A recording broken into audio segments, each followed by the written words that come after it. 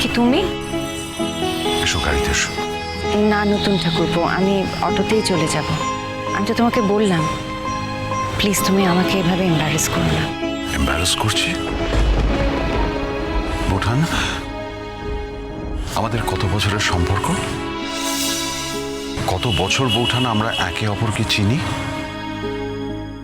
বৌঠান, একটা কথা বলো তো, আমরা কি 2 মিনিট একটু আলাদা কথা বলতে পারি না? আমি তোমার সঙ্গে একটু আলাদাভাবে কথা বলতে পারি না?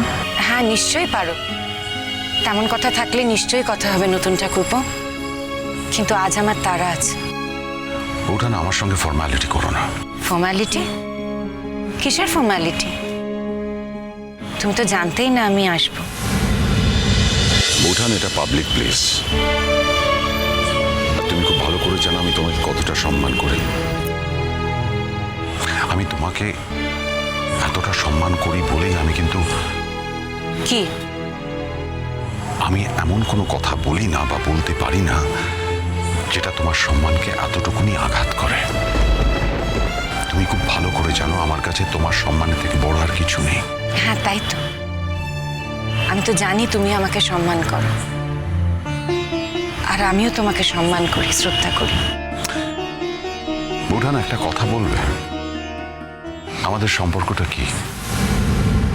জাস্ট তুমি আমায় নতুন ঠাকুরপো বলে ডাকো, আর আমি তোমাকে বৌঠান বলে ডাকি বলে তুমি আমার বৌদি আর আমি তোমার দেওর? আমি সেটা মনে করি না। আমি তো সবসময় মনে করি যে আমি আর তুমি খুব ভালো বন্ধু। তুমি আমার খুব বড় বন্ধু, আমি তোমার খুব বড় বন্ধু, এটাই আমার স্থির বিশ্বাস ছিল। এই বিশ্বাসেই আমি স্থিত ছিলাম। তুমি আমার কে হও বৌঠান? আমার মৃত বন্ধুর স্ত্রী। আর আমি তোমার কে হই? তোমার স্বামীর বন্ধু, যে স্বামীকে তুমি অনেক বছর আগে হারিয়েছ। বৌঠান, এত বছরে আমরা কি পরস্পরের বন্ধু হয়ে উঠতে পারিনি এই সব সম্পর্কের নাম ছাড়িয়ে? কে অস্বীকার করেছে? বৌঠান হলে যে বন্ধু হওয়া যায় না তা তো নয়। তোমাকে নতুন ঠাকুরপো বলে ডাকি বলে তুমি যে আমার বন্ধু হতে পারো না তাও কি? তুমি আমার সঙ্গে ফর্মালিটি মেনটেন করে কথা বলছো বৌঠান, আমি কিন্তু বলছি না। তোমাকে আমার অনেক কথা বলার ছিল বৌঠান, অনেক কথা বলার আছে। অনেক কথা তো শুনেছি তোমার কাছ থেকে, এখন আর নতুন করে কি শোনার আছে? আর নতুন করে যা শোনার আছে সেটা তুমি না বললেও আমি জানি, তোমাকে মুখ ফুটে বলতে হবে না। তুমি জানো? নিশ্চয়ই জানি। আর 2 দিন পরে ডলের সঙ্গে তোমার বিয়ে হবে, এই কথাটাই বলতে চাইছো তো নানা প্রকারে? নতুন ঠাকুরপো, আমি তোমাদের বিয়েতে খুশি। তুমি ঘর করলে আমি খুশিই হব। আমি সব সময় তোমার মঙ্গল কামনা করি। আমি নিজে তোমাকে দেখতে পাচ্ছি না। আমাদের পরিবার তোমার পরিবার হয়েছিল, সেই পরিবার থেকে তোমায় বিচ্ছিন্ন হতে হয়েছে। এখন তুমি যদি আলাদা করে নিজের একটা পরিবার তৈরি করো, তাতে আমার মতো আনন্দ আর কারোর হবে না। কি ভাবছো বৌঠান?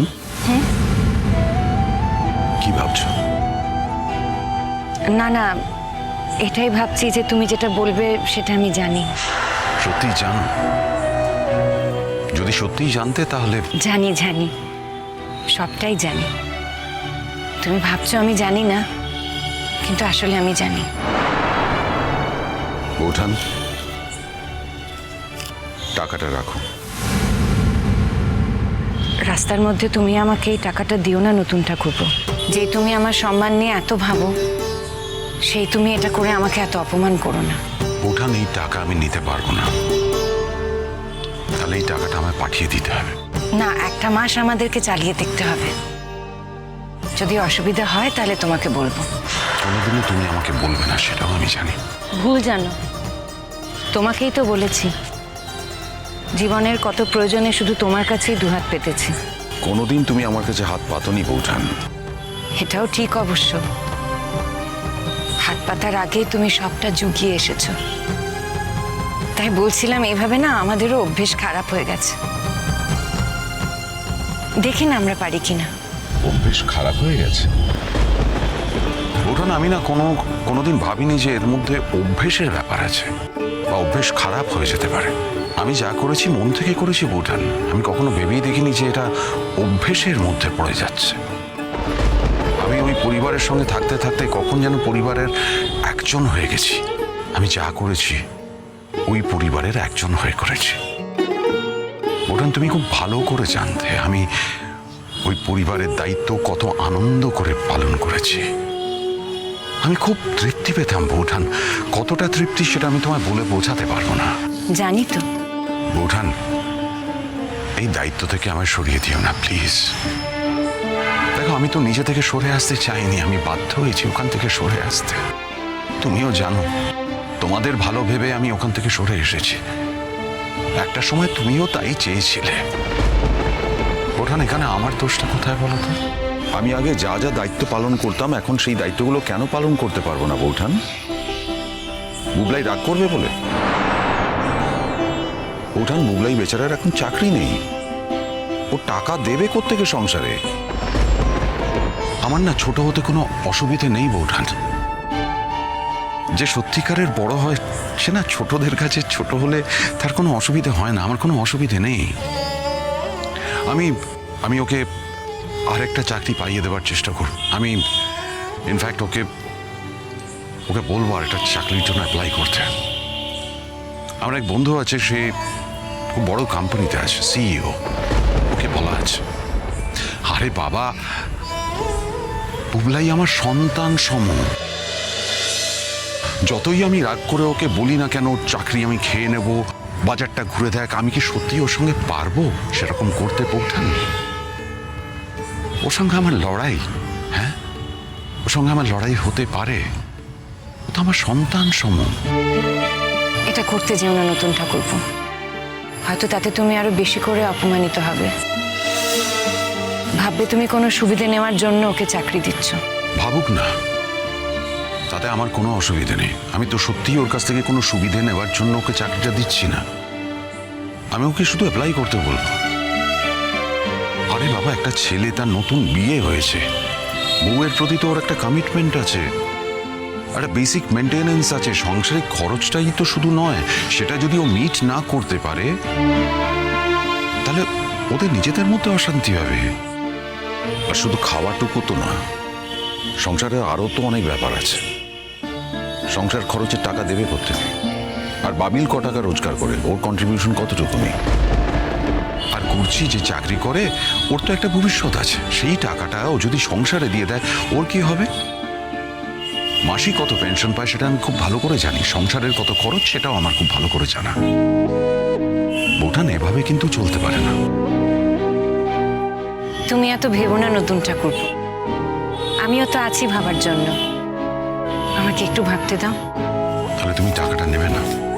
আমাকে একটা মাস অন্তত সুযোগ দাও। যদি আমি না পারি আমি নিজে তোমার কাছে দুহাত পেতে টাকা নেব। ছেলেমেয়ের মুখে যদি আমি অন্ন তুলে দিতে না পারি তাহলে তো মা হিসেবে আমি আমার জেদ বজায় রাখবো না। আর তোমার কাছে আমার কিসের জেদ বলো তো? তুমি এটা নিয়ে চিন্তা করো না। বৌঠান, তুমি ওই ফটোগ্রাফি ক্লাসে যাবে না? হ্যাঁ, একবার যাব। আসলে আমি ভেবে দেখলাম আমার দ্বারা এটা হবে না। 1 বছরের সময়টা আমার পক্ষে দেওয়া সম্ভব নয়। বাড়ির থেকে বেরিয়ে প্রতিদিন সন্ধেবেলা ফটোগ্রাফির ক্লাস করতে যাওয়া আমার জন্য কিন্তু বিলাসিতা। তাই আমি ঠিক করেছি ওখানে যাব, ওদের কাছ থেকে টাকাটা ফেরত নেব। হয়তো কিছুটা টাকা ওরা কেটে নেবে, বাকিটা তো ফেরত দেবে। সেইটা নিয়ে আমি তোমাকে ফেরত দিয়ে দেব।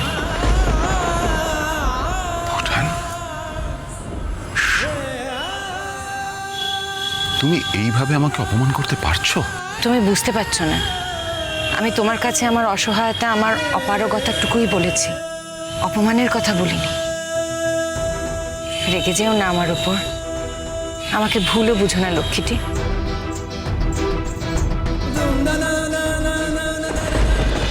চিরসখা হে